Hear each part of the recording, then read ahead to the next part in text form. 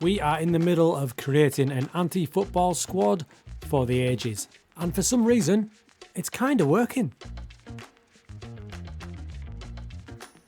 So after the shock Dutch Cup win at the end of last season, which gave Telstar the biggest moment in club history, there was a bit of a hangover as we got smashed by PSV, but we got things back on track late in the season to finish really well.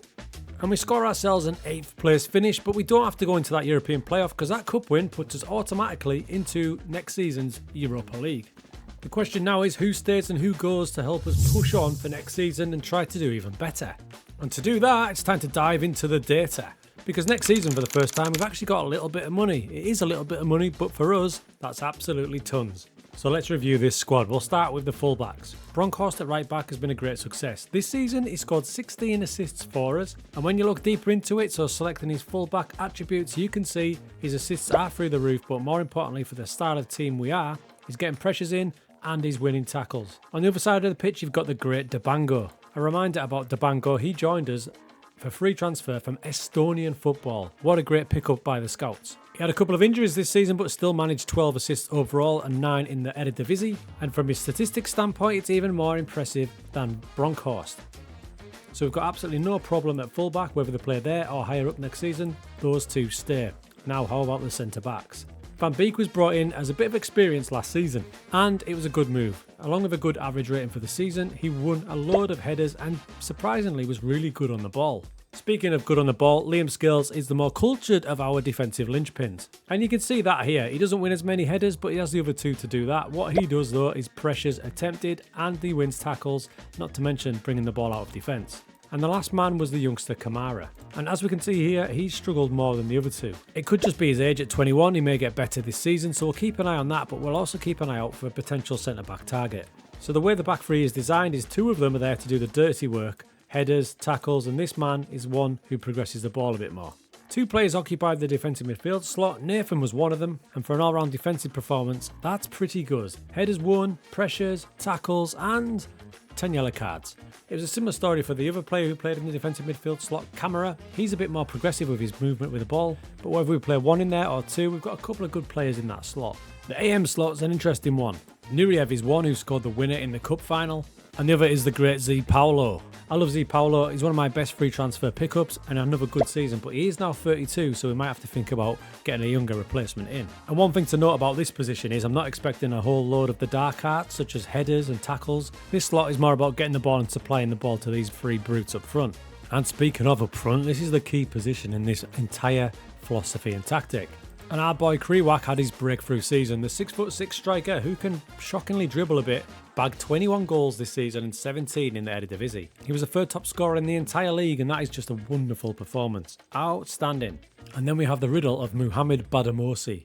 Now this guy only scored 5 times all season, all in the cup, didn't score a goal in the Eredivisie. If you look at his data, he's doing everything I want from an anti-football metric, winning headers, decent amount of pressures, winning tackles at a shocking rate for a striker, but he just doesn't score goals. And when you look at his attributes, he should be way better than he is, so he is a bit of a riddle, but he's 27, so I'm tempted to give him another season. And then of course you've got Telstar legend Denzel Gravenberch. 3 seasons we've had him now, 12 goals, 9 goals and 11 goals. Mr. Consistent, but there are signs of a decline. It may be that he will be our super sub next season, opening a gap up front. And I didn't waste time with that gap up front because I purchased a player that I've been after for quite some time, and some others joined the party as well. And season 3 had barely finished, but I'd still got in Lequencio Zifuk on loan from AZ Alkmaar. There's a few keys why we signed this lad. He is 6'6", 92 kilograms, all the raw potential in the world. And interestingly, he favours playing as an advanced forward, showing his physical prowess in terms of his pace and acceleration. So slotting him in that position, potentially as an advanced forward alongside 2 target forwards, might give us a different option. These 2 target forwards will naturally drop off and hold the ball while he will look to break in behind. Interesting option. Of the other options that came in, I didn't go mad. There was the Valakari signing that we sealed in January to play in attacking midfield. Another striker in Diego at 6'4". And the other signing that I was happy about was the signing of Lucas Kelly-Hill, provided by my scouts, a 6'6" centre-back who can also play as the tallest left-back in the football game. Loads of pros, scouts absolutely loved him, and right just before the season began we managed to steal the signing of Til Sissoko, 6'7" centre back. Attribute range is really good with a jumping reach of a whopping 18. This guy has the potential to be one of the best centre backs in the league, I think. Which meant the team and tactic for Season 4 looked a little bit like this. I've moved Dibango a little bit higher up just because he's that good. I want to see what he can do, getting a little bit more of an advanced starting position. We have the three up front into Badamosi, Kriwak and Zifuik. Interestingly, Badamosi at 6'5" is the smallest of the three strikers. Valakari will start in behind them at 6'2", and Zifuik will be an advanced forward this season. So I reckon this is our best squad yet, and you can see that in the season preview, as instead of 1,000 to 1 this season, 450 to 1. We did lose the Dutch Super Cup 3-1 to PSV, but Zifuik did score straight away. In our first league game, it was a 2-2 draw with Emmen, and he scored again. And hold on to your hats, because so did Badamosi, who finally scored his first league goal for us. And in the next match there was more cause for optimism as we win 6-0 and Badamosi scored 2 more. And the early season form continued with another 2 goals from Zifuik, making it 4-1 at Groningen. Not to be left out, a double from Kriwak gives a 2-1 win over Willem. And more cause for optimism as the tallest corner taker in world football, 6'6" Kelly Hild whipped one in against PSV, and Kriwak scored again, giving us a 2-1 win. So our best start to a season yet, including getting involved in the Europa League. And after 8 matches, Telstar, what are you doing up there? Top of the Eredivisie, but there's a long way to go. So a great start to the season. I'm enjoying the way this tactic is looking. It all depends now if we can keep this going. Check out how we did at the midpoint of Season 4. Oh, I almost forgot. I signed Musa Fall thanks to a viewer comment, so thanks for that. 6'6". He only cost me 42,000. And you know what? It's probably a good job he only cost me that much, because check this shot out. I mean, he's in the box and he went out for a throw. Yeah, that's some going to miss by that much, Musa lad. So, midway point of the season, the goals are still raining in. I also think we could be the only team in world football who uses headers as through balls. All this talk of strikers, well, Gravenberch is still there doing his thing. So the first half of the season for us was pretty spectacular. Until this happened. Feyenoord opened up and scored 7. Which makes it all the more unbelievable that we're sat joint top with them on 43 points after 20 matches. We've built ourselves a hell of a squad here, and most importantly, of course, they are absolutely massive and they're doing their job as they are winning headers all over the place. Now, in the other competitions, it's been a bit more of a struggle. We are already out of our Dutch Cup, so we won't be retaining that. And in the Europa League, it's been a bit of an eye-opener, but we have only lost 1 match. We're just drawing too many games. This has been the team for most of the season. It's good to see the strikers getting on well. The centre-backs is maybe a different story. However, there's been some colossal performances, and moving Dibango higher up has been even better. His expected assists, that, my friends, is outrageous world-class level. But most importantly, he's combining that with pressures and tackles. He's given me the perfect performance with 9 assists in 20 matches. And to be fair, Bronkhorst on the other side is doing his thing as well. Less assists because he starts a little bit further back, but that overall performance is great, and that tackles won, and pressures and headers, perfect. Now, the centre-backs. As expected, when you bring in a 6'7" centre-back, you want him to win headers, and he is doing just that. It's an interesting thing back there. It looks like Sissoko being the stopper, coming forward a little bit, winning the headers, while the other two, Van Beek's had a bit of a drop-off, not winning any headers or tackles or possession. And we know what we're getting with Liam's skills. He's more of a ball player. So it looks like he's leaving the headers 1 to Sissoko and he's doing everything else. But I can't complain too much because the pressures and the tackles are great. So how are these boys doing up front, our new look strike force? Kriwak's doing decent, 9 goals in 23 matches. Overall performance pretty similar to last season. And Badamosi actually scoring in the Eredivisie with 8 goals so far this season. And his performance, I mean, that is just what I'm looking for an overall performance for a striker. And it's meant the main goal scorer has been loan signing Lequencio. 18 goals this season, he's ripping this league to bits, winning loads of headers, getting loads of shots away. Outrageous goals record so far. So the team, and in particular Zifuik, continued in the second half of the season. He scored a bucket full of goals, and to be fair, he was backed up well by his strike partners. I'm really happy with the system, and when we've got the ball and attacking, you can see how we shape up. We've got our 3 centre-backs across there. There's the full-back on attack. You'll notice he's a little bit more withdrawn than the left-back, who gets a bit higher up thanks to his advanced starting position. Up front, there you can see target forward 1, target forward 2. They drop off a little bit and go a bit wider, so our boy Zifuik has got all that space to run into. And then the attacking midfielder roams around everywhere, and the defensive midfielder just kind of holds his position in there in case anything goes wrong. We did make the knockouts in the Europa League, finally succumbing to Fiorentina 5-2, but we made some good money out of that run. As for the rest of the second half of the season, we only lost 2 matches in the league. This included this 5-5 draw with Feyenoord, which kind of sums up our season. As we just draw too many matches and finish 3rd in the table, but it is a record finish for us, I've got to be happy with that. Everything is on the way up, good goal scoring record, a pretty decent defensive record if you take away the matches against Feyenoord. We just drew too many games. So a great season overall. I just need to have a look at the team and the tactic and wonder where we can change it, maybe just to progress that little step further. There's a couple of players I do need to keep and one player for certain. LaQuincio, remember he's only on loan, he ends up scoring 25 goals for us and just an unreal performance. His value is a problem though because it might be up to 3.3 million.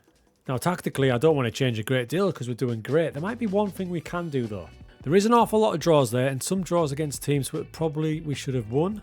So next season it could just be a little change, such as going attacking mentality against some teams we should beat. And there is potential to move our right back up to that slot there to match Dibango. Because Dibango has had a great season with 20 assists overall, and when you look at his actual chart, outrageous. Don't get me wrong, Broncos has had a decent season, but he's only managed to get 6 assists, so if we can get him into a higher position, he might do better. But the good news is there's not too many areas we need to improve. I have identified the areas I do want to improve. You can see the empty positions there. It may seem harsh on a few players, but we need to get to that next level, and those players will still play a part, just more likely from the bench. Speaking of the bench, don't worry, Danzel's still there. He managed to score 6 goals this season, mostly off the bench. And you know what? His overall performance with the limited minutes, still great. Don't retire, my man, don't retire. So I'm just about heading to pre-season, but I have got one deal sorted already. Sasig Fofana, a 6'4" centre-back, currently playing in Austria for Grazer AK. He's an interesting player because he's going to give me something different at the back. Good all-round attributes, but his physicals really do stand out. But the good news is, as we've grown this club and the finances have got better and better, they have left me with a good transfer budget for next season of 3.3 million, which just so happens to be LaQuincio Fuchs' transfer value. And boom, there it is. He is now our player. I couldn't believe it, but AZ Alkmaar did accept our offer. So we've locked him in for 3.3 million. I still think it's a bargain, but obviously it's our record transfer. And we do have a clutch of other signings, as their total outlay is actually 6.5 million, largely thanks to bringing in 2 million as well, with a clutch of squad players leaving us. Keep your eyes on Joan Garces, who's came in from Colombian football. American Decali, to be specific, 6 goals in 16 this season. 6'5" defensive midfielder Julian Neuhaus. He's got a ton of positive pros, bravery, work rate, resolute. We've got another new striker, also from AZ Alkmaar, 6'4", Sredan Hristic. But he's got everything I'm looking for. Jumping reach, good in the air, consistent. So this is definitely the strongest squad we've ever had as we go into our 5th season with Telstar. The squad is filling up. I'm flirting with going with wide centre-backs to get even more expressive in certain matches. I am still looking for a full-back that will improve on Bronkhorst. If not, he'll just jump straight back in the team. With all our transfer business, we actually moved up the season preview charts for once into 7th at 100 to 1. And things were looking good in pre-season as we smashed teams like Manchester United 3-0. We'd also scored a couple of late signings to improve the squad still further. Thai right back Nicholas Mikkelsen, who spent many a season in the lower leagues of Germany, so it's a bit of a risk, but I think he can make the step up. And importantly, so do the scouts. And we also managed to grab Kaplan, who'd been released by Ajax. A physical centre-back with good bravery and determination, and the good pre-season form seemed to be carrying on into the league campaign. As new signing Hristic scored twice in our first away game, but we did go crashing out of the Europa League in just the qualifying stages, really disappointing defeat to Randers. But we got over it and responded pretty well. And after a bit of a sticky start, we're now absolutely firing in the Eredivisie. Halfway point of the season, we're yet again sitting second, but this time Feyenoord seem to be getting away from us. They are just cruising. However, in better news, our exit from the Europa League meant that we jumped into the Conference League and we've smashed that up. And this included, believe it or not, an away victory at Aston Villa. A welcome surprise was new signing Hristic, who came in on that move from AZ Alkmaar. Look at that data chart. He scored 20 goals already this season, including 15 in 21 in the Eredivisie, an absolute bargain. His form has actually taken the pressure off Zivrouk, who also came in on that permanent transfer. He's still done well with 18 goals. And big bad Badamosi continues what he does best, just ruffling up defences so his strike partners can score. We've hit the jackpot with our new right back. He's came in and done exactly what I'd hoped he would, matching the assists to the left hand side. In fact, that's probably as good as I've seen. And the big physical defensive midfielder Nijhuis, perfect, look at that. Defensive, solid as a rock. So everything's going well so far. Wait a minute. You may notice there seems to be a new left back in Nkunku. That's because the great Dabango has left us. His release clause got triggered and he left us for 11 million. Even more annoying because he was absolutely flying. However, Nkunku only cost us 900,000 from Frankfurt. And he's only started 3 matches, but he's got 2 assists, so if he keeps that up, I won't miss Dabango. So a really good first half of the season. We did exit the cup, which is annoying because that was ours. But we are still in the Conference League, so let's see what we can do in the second half of the season. First bit of good news, Nkunku made us not miss our boy down the left-hand side at all. He came in with 8 assists in 16 matches, and that is elite. As for the rest of the team, we've actually got a good relationship between all our centre-backs and all our strike force. Look at that. And that's because we had a stunning second half of the season. We didn't lose a match, and we even beat Feyenoord thanks to big bad Badamosi. The only defeat in that second half of the season was that cup game. But despite our best form yet, we just could not catch Feyenoord as they blitzed it with 83 points. But the tactic is a winner. I did drop one of the wide centre-backs back to normal central defence, but we had some outrageous performances throughout, including 21 assists from the right back. As good an all-round performance as you'll get from an attacking midfielder, with 19 goals from Valakari. And just look at these performances from the strikers, all of them just pulling out insane numbers. So the 5-1-1-3, as FM's lovingly called it, has given me some of my best clear-cut chances for and against yet, with plus 52. So I think we've done Telstar proud, and we've even got an upgrade in our stadium. Look at that. Oh yeah, one more thing. The Conference League. So we qualified in 3rd place in the Conference League, only losing that one match. In the first knockout round, we overcame a first leg deficit to beat Gil Vicente 3-0. In the second leg, that classic Telstar goal put us through 5-3. But then in the quarterfinals, we went to Slovenia and got absolutely pummeled 4-0. It was a mad match with their goalkeeper getting man of the match. However, this led us to an epic second leg. We came firing out and got some goals back early. These are classic Telstar goals. Early in the second half, we'd got 4 goals back already. Disaster hit though, as they got a goal back and went ahead on aggregate. But just 2 minutes later, we managed to force extra time. Thank you, goalkeeper. And then, in extra time, another classic Telstar goal gave us an epic win. 6-1 on the night and 6-5 on aggregate would go to the semi-finals. In the semi-final, we drew Shakhtar Donetsk. Our towering strikers gave us a massive away victory. So it's the semi-final second leg, and we just don't need to do anything stupid. Now, Shakhtar did score. But then we hit the overdrive button and got it back on track. And you know what? This was actually pretty comfortable for a semi-final. We go through 8-3 on aggregate, and Tiny Telstar have got themselves a European final.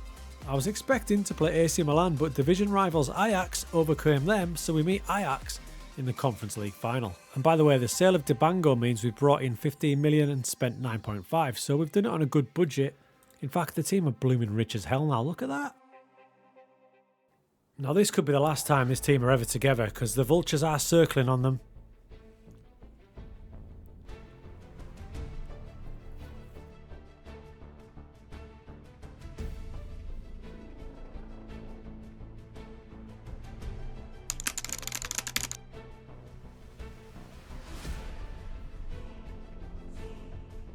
But then we tricked Ajax with a short free kick.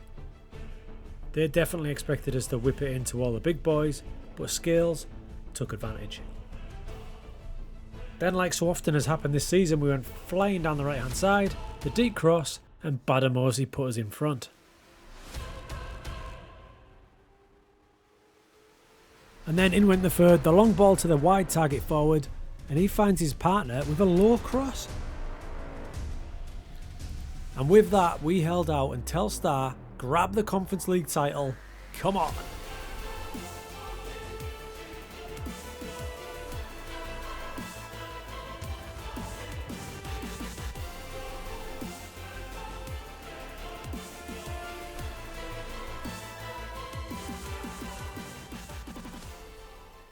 biggest overachievers again. Mickelson, by the way, had 12 assists in the Conference League alone. He was robbed of the Player of the Season award. But LaQuincio did get the Young Player of the Award with 12 in 13. And even the long-forgotten Dabango got in the Team of the Season. So our 5-season journey at Telstar comes to an end with a 14th, a 9th, an 8th, a 3rd and a 2nd. A steady build, we just couldn't quite get the Eredivisie title away from Feyenoord, but thanks to the tactic that we finally settled on, we get them a Dutch Cup, and even better, the Europa Conference League.